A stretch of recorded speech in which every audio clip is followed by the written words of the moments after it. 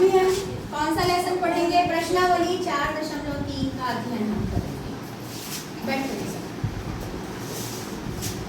ये इसका भी उपयोग आने वाला है सूत्र का, जिसको आप कौन सी क्लास में पढ़े थे? चौथी, तीसरी या चौथी में पढ़े रहेंगे, चौथी पांचवी में। क्या है? भाज्य बराबर भाजक गुणित भागफल धन शेषफल। इसे पुनः समझ लीजिए। यहाँ पर 7 जो है वो भाज्य है, जिसको भाग देना है, जिसको भाग देना है वो राशि, जिससे भाग देते हैं वो भाजक कहलाता है। भाग देने के बाद जो संख्या आती है वो भागफल कहलाता है। जो बच जाती है वो संख्या शेष। ठीक है। अब ये एक सूत्र दिखाई दे रहा है। इस सूत्र पे ये वाला भाग क्या कहलाता है बेटा? Left hand side. ये भाग क्या कहलाता है? Right hand side. चलिए हम किसे ले लेते हैं? राइट हैंड साइड को पहले लेते हैं। ठीक है। यहाँ पे भाजक क्या है आपका? 3। भाजक की जगह पे मैंने 3 रख दिया। इसके बाद है भागफल। भागफल कितना है? 2। उसके बाद धन, शेषफल कितना है? 1। 3 दूनी 6, धन 1 बराबर 7। आ गया भाज। ठीक है। ये एक सूत्र है, उसे सिद्ध करना होता है और सूत्र हमेशा सिद्ध होते हैं। इसी का उपयोग आपको किसमें करना होगा? अभी 2 पद वाले बीजी व्यंजकों के भाग में भी इसको आपको क्या करना होगा?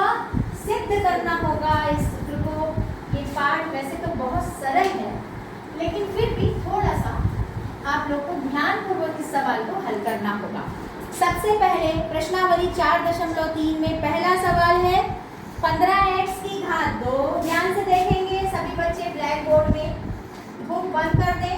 15x की घात 2 ऋण 3x धन 8x की घात 4 ऋण 4x की घात 3 ऋण 15। ये है प्रश्नावली 4.3 के प्रश्न 1 का पहला प्रश्न है। मैंने लिख दिया है, निम्नलिखित बहुपद को चर राशि के घातांक के घटते क्रम में लिखिए। चर राशि के घातांक, ये सब चर राशि है बेटा।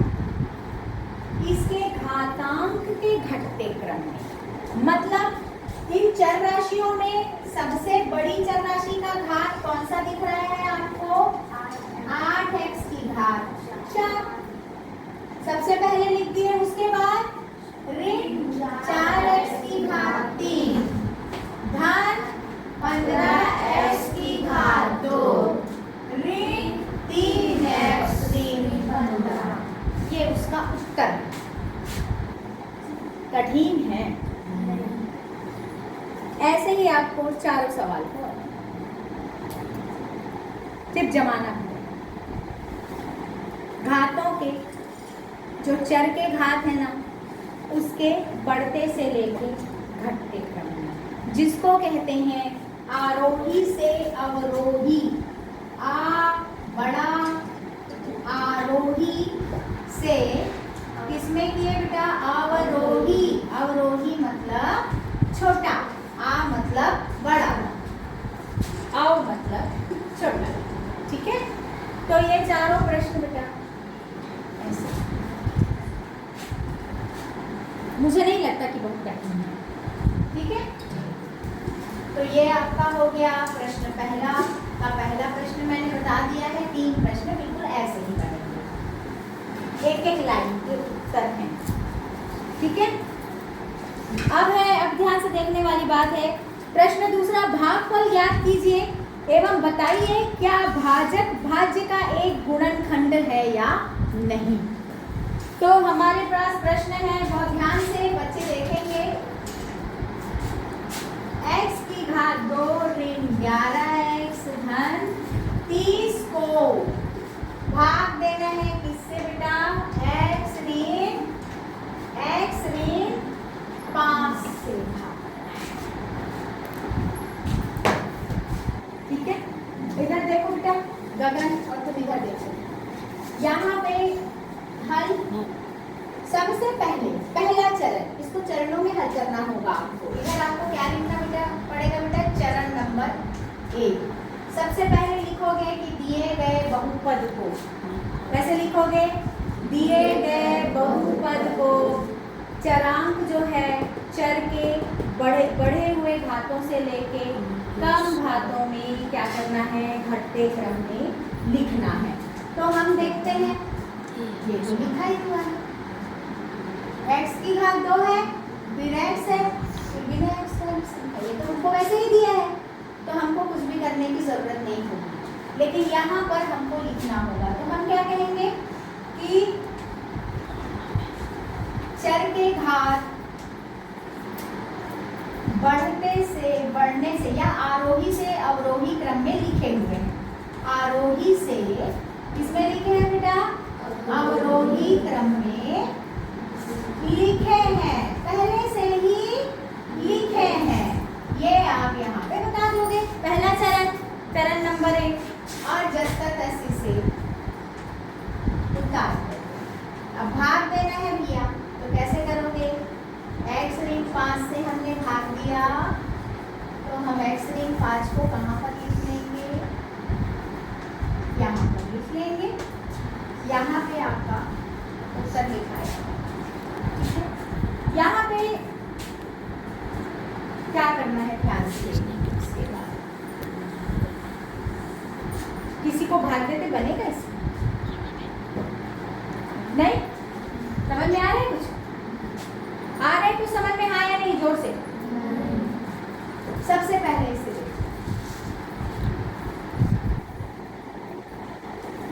x ऋण 5, x ऋण 5 क्या है बेटा, भाजक है, भाजक है ना। मेरे को किसको भाग देना है, इस मैं x में ऐसी कौन सी संख्या का गुना करूं या कौन सी राशि का गुना करूं कि मुझे x की घात 2 मिले, तो मैं क्या करूंगी, इसका गुना सिर्फ x से कर दूंगी, x की घात 2 ऋण 5 आएगा, सिर्फ x से गुना कर दूंगी। तो मैं यहाँ पे क्या लिख दूंगी, x लिख दूंगी, x से गुना करने के बाद मेरे को मिला x की घात 2 ऋण 5 मिला। अब मैं इसे घटा दूंगी, तो ये घट जाएगा और ये चिन्ह बदल गए, ये कैंसल, क्योंकि ये धन है और ये ऋण है। यहाँ पे ये ऋण है और ये धन है, तो 11x में से 5 को घटाएंगे तो कितना बचेगा बेटा, ऋण 6x। धन 30 को उतार देंगे, जैसे अन्य भाग में करते हैं वैसे ही है, ये समझ में आया। अब मेरे पास क्या आ गया, 6x ऋण 6x। मेरे पास पुनः भाजक क्या है बेटा, x ऋण 5 भाजक है। इसमें मैं कौन सी संख्या का गुना करूं कि ऋण 6x आए, तो मैं ऋण 6 का गुना करूंगी, ऋण 6 का गुना x से करूंगी, तो ऋण 6x आ गया, ऋण और ऋण धन 6 पंचे 30। किससे गुना किया बेटा मैंने, ऋण 6 से, उसको ऊपर लिख दी। ऋण 6 से गुना करने पर मेरे को ऋण 6x धन 30 आया, धन और ये ऋण, ये भी कैंसिल, ये भी कैंसिल। उत्तर बराबर x ऋण 6, उत्तर बराबर x ऋण 6। तो इसका प्रश्न क्या है, क्या भाजक भाज्य का एक गुणनखंड है, तो लिखोगे भाजक भाज्य का गुणनखंड है, क्योंकि वो पूरा पूरा कट रहा है। ठीक है, समझ में आई बात, कोई कठिनाई है इसमें, सिर्फ यहाँ पे तुमको देखना पड़ेगा कि किससे हम गुना करें तो उसके बराबर है। समझ में आ रही बात। डस्टर लाए हो, कपड़े वाला डस्टर है, बॉयज निकालिए जल्दी दे बेटा, लिमिटा इसको तब तक।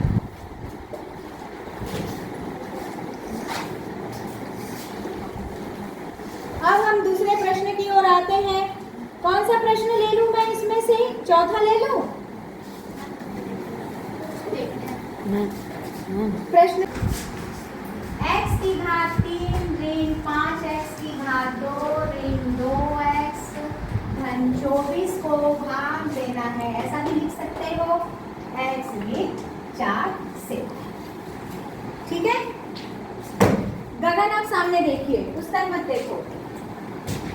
अब इसको फिर से हम क्या करेंगे बेटा, चरांकों के बढ़ते से घटते घात में जमा लेंगे। ठीक है, जमा है क्या, x की घात 3 x की घात 2 x और बिना जमा हुआ है, हमको जमाने की जरूरत नहीं है। हम डायरेक्ट सवाल शुरू कर देते हैं। x ऋण 4 हम क्या लिख देते हैं बेटा, भाजक, ये ऐसे कर दो, सवाल उतारेंगे x की घात 3 ऋण 5x की घात 2 ऋण 2x धन 24। अब हम पुनः किसे उतारेंगे, भाजक को, x ऋण 4, इसमें कौन सी संख्या का गुणा करूं कि x धन 3 आए, x धन 2, x धन 2 का मैं गुणा करूंगी तो क्या हो जाएगा, x धन 3 हो जाएगा, ये ऋण 4x की घात 2। कितने लोगों को समझ में आ गया है, आया है, आ रहा है ये, है ना। अब यहाँ पे मैं लिख दूंगी x की घात 2, क्योंकि मैंने x की घात 2 का इससे गुणा किया था, तो क्या आया, x की घात 3 ऋण 4x की घात 2 ऋण, और ये क्या, धन, घटाऊंगी ना, तो घटाने से ये धन है वो ऋण हो गया, और ऋण है वो धन हो गया, ये कैंसिल हो गया बेटा। अब ऋण 5x की घात 2 में से धन 4x की घात 2 घटाएंगे तो ऋण x की घात 2 बचेगा, या एक ऋण 2x धन 24 को मैं क्या करूंगी, उतार दूंगी, या 24 को नहीं उतारती है, सिर्फ एक संख्या। अब मैं पुनः लिखूंगी चरण नंबर 2, x ऋण 4 का मैं किससे गुणा करूं कि ऋण x की घात 2 आए, ऋण x से ऋण x से, तो क्या हो जाएगा बेटा, ऋण ऋण x की घात, ऋण ऋण और धन, ऋण x और x की घात 2, ऋण ऋण धन 4। किसी को कोई कंफ्यूजन है तो बता दीजिए, कैसे आया, समझ में आया, इधर गर्ल्स में है ना, इस ऋण का ये वाले धन के साथ गुणा हुआ तो ऋण आया, इस x का x के साथ इस x का हुआ तो x की घात 2 आया, इस ऋण का इस ऋण से हुआ तो धन आया, 4 का गुणा x से हुआ तो 4x आया, तो मैंने किससे गुणा किया है बेटा, ऋण x से, तो कितना आया, ऋण x की घात 2 धन 4x, इसे फिर से घटाऊंगी तो ऋण क्या हो जाएगा, धन, और धन क्या हो जाएगा, ऋण, ये दोनों धन ऋण होने के कारण कैंसिल, ये भी ऋण ये भी ऋण, तो 4 और कितना हो जाएगा, ऋण 6x, उतार देंगे धन 24 को। अब तीसरे चरण में पुनः x ऋण 4 से मैं किसको भाग दूंगी कि ऋण 6 आए, बता सकते हो, x में मैं किसका गुणा करूं कि ऋण 6x आए, रिजल्ट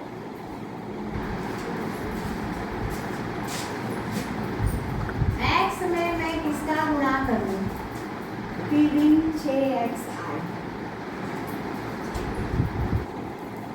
किसको आता है, ऋण 6, वेरी नाइस, ऋण 6, ठीक है, तो मैंने किससे किया बेटा, ऋण 6 से, तो ये क्या आएगा, ऋण 6x ऋण ऋण धन 6 4 24, यहाँ पे ले लो इसको, ऋण 6x धन 24 को मैंने उतार दिया यहाँ पे, अब वो क्या आ गया, ऋण 6x धन 24 आया, किससे करने पे आया था, ऋण 6 करने। अब अब इसको घटाऊंगी तो ऋण धन और धन ऋण, ये दोनों क्या हो गए? कैंसिल। शेषफल कितना आया? 0। इसका मतलब दी गई संख्या क्या है? भाजक, भाज्य का एक गुणनखंड है।